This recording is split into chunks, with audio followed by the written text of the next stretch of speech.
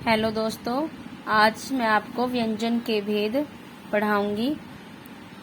पहले मैंने व्यंजन के भेद पढ़ाए थे और आज मैं श्वास के आधार पर व्यंजन भेद आपको बता रही हूँ।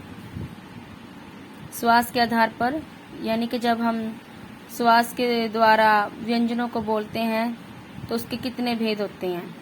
तो वर्णों का उच्चारण करते समय जब वायु की जितनी मात्रा निकलती है, श्वास के आधार पर कैसे देखेंगे इसको हम कि वर्णों का उच्चारण करते समय वायु की जितनी मात्रा निकलती है उसके आधार पर व्यंजन भेद 2 हैं।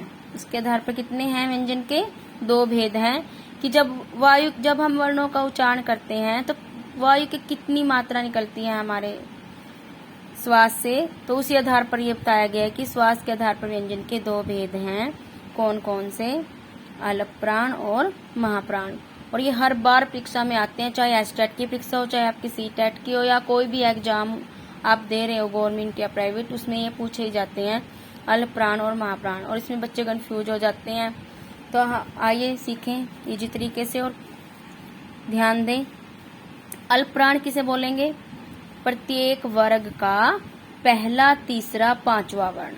प्रत्येक वर्ग का पहला, तीसरा और पांचवा वर्ण हमारे क्या है? अल्प प्राण। अल्प प्राण, इसके नाम से ही पता लग रहा है कि अल्प प्राण यानी कि जिसमें ज्यादा जोर ना लगाना पड़े, कम ही मात्रा में हमें जोर लगाना पड़े, उसको बोलेंगे हम अल्प प्राण बोलते समय। और इसमें हम किसको ऐड कर लेते हैं? अंतस्थ व्यंजन को। अंतस्थ व्यंजन हमारे कौन कौन से होते हैं? य, र, ल और व। य, र, ल, व ये हमारे अंतस्थ व्यंजन है। और तो शॉर्ट ट्रिक क्या हुई इसकी? अल्प प्राण की पहला, तीसरा, पांचवा वर्ण और य, र, ल, व यानी के अंतस्थ व्यंजन। इसको हम ऐसे ही बोल सकते हैं 135 ट्रिक से 135। तो देख लेते हैं प्रत्येक वर्ग कौन सा है। अब जैसे क, ख, ग, घ, ग, च, छ, ज, झ, य, ट, ठ, ड, ढ, ण, त, थ, द, ध, न, प, फ, ब, भ, म, य, र, ल, व, स, स, ह। ये हमारे क्या हैं? क से लेकर के मैं तक हमारे क्या होते हैं? स्पर्श व्यंजन होते हैं। हमारे क्या होते हैं? स्पर्श व्यंजन। कितनी संख्या इनकी? 25। टोटल कितनी संख्या इनकी? 25। तो इसमें से हमारा देखो पहला कौन सा है? कै। तीसरा कौन सा है? ग। और पांचवा कौन सा है? ग। तो पहला, तीसरा, पांचवा वर्ण प्रत्येक वर्ग का। ये कौन सा वर्ग है? क वर्ग। आगे च, छ, ज, झ, य, इसका भी देख लो पहला, तीसरा और पांचवा वर्ण। तो ये भी हमारा कौन सा है? क वर्ग। और ये है हमारा च वर्ग। आगे ट, ढ और ण, और इसमें से हम ले लेंगे एक इसको। तो ये हमारे कौन से वर्ण हैं? ट वर्ग वाले। ट वर्ग वर्ग के पहला, तीसरा और पांचवा, और साथ में हम उत्क्षिप्त व्यंजन का ड़ ले लेंगे। आगे है त, द और न, पहला, तीसरा, पांचवा।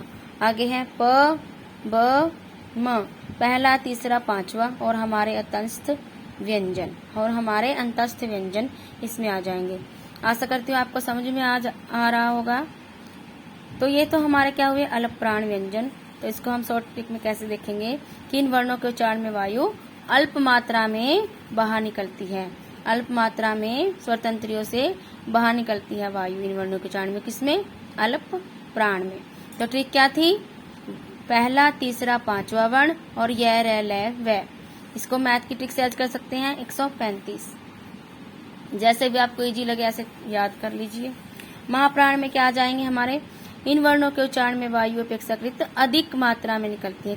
यानी कि अल्प प्राण में तो कम मात्रा में, अल्प मात्रा में निकल रही थी, और इसमें हमारी वायु अधिक मात्रा में निकल रही है स्वतंत्रियों से। इसमें कौन सा आएगा? प्रत्येक वर्ग का दूसरा, चौथा वर्ण। प्रत्येक वर्ग का दूसरा, चौथा वर्ण, क्योंकि पहला, तीसरा, पांचवा तो हमारा अल्प प्राण में आ गया, तो बचा कौन सा? दूसरा और चौथा वर्ण। और साथ में इसमें आ जाएंगे उसम व्यंजन स, श, ह। ये हमारे चार क्या होते हैं? हमारे ऊसम व्यंजन। तो महाप्राण में दूसरा, चौथा और ऊसम व्यंजन स, ह। तो इस प्रकार आप याद कर लीजिए। और ये हर परीक्षा में उपयोगी है, चाहे आप किसी भी कक्षा में पढ़ रहे हो, 6 से लेकर के जितनी भी आगे कक्षाएं होती हैं, MA BA +2, या आप कुछ भी एग्जाम की तैयारी कर रहे हो, सरकारी की प्राइवेट की, उसमें हर परीक्षा में पूछे जाते हैं ये अल्प प्राण और महाप्राण। ठीक, आप अच्छे से याद कर लीजिए और अच्छा लगे तो आपको लाइक और सब्सक्राइब करिए, जिससे मुझे प्रेरणा मिलती रही आगे वीडियो बनाने की और मैं किसी के काम आ सकूं, यही आशा करती हूँ। धन्यवाद।